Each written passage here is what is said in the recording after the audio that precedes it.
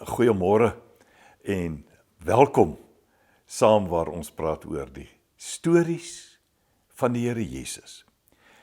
Vandag wil ek eintlik 'n inleiding doen van een van die meer belangrike en miskien omvattende gelykenisse wat die Here Jesus vertel het.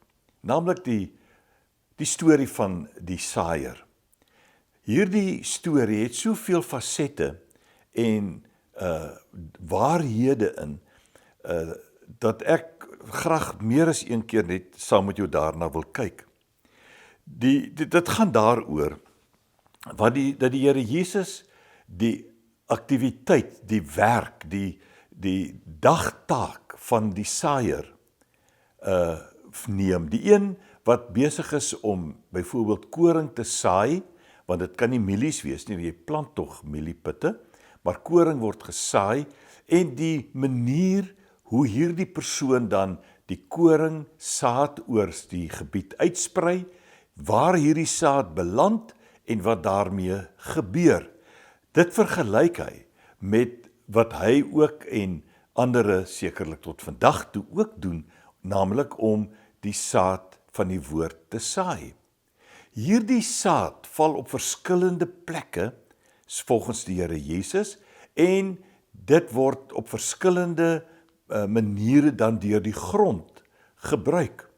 So hier het ons basies drie elemente. Die een is die saaier wat die saad in die hand het en dit uitsprei.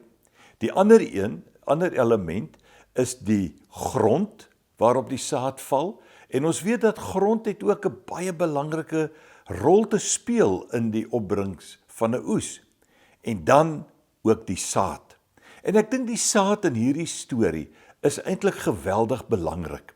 Behalwe die feit dat dit vertolk kan word as die boodskap van die Here Jesus of dan enige ander boodskap, 'n preek, dit wat in die Bybel staan ensovoorts, ons kan dit miskien verstaan as saad, is dit ook so dat die saad eintlik ook die vorm aanneem van iemand wat self daar val.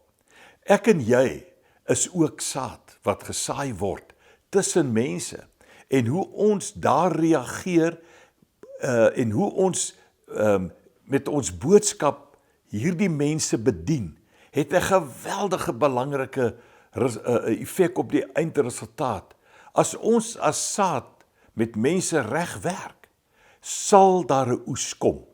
As ons die mens om ons help om die woord van die Here reg te verstaan, glo ek, kan daar 'n groot oes kom. Maar doen ons dit altyd?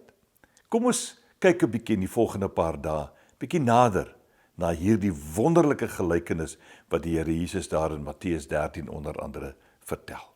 Geseënde dag.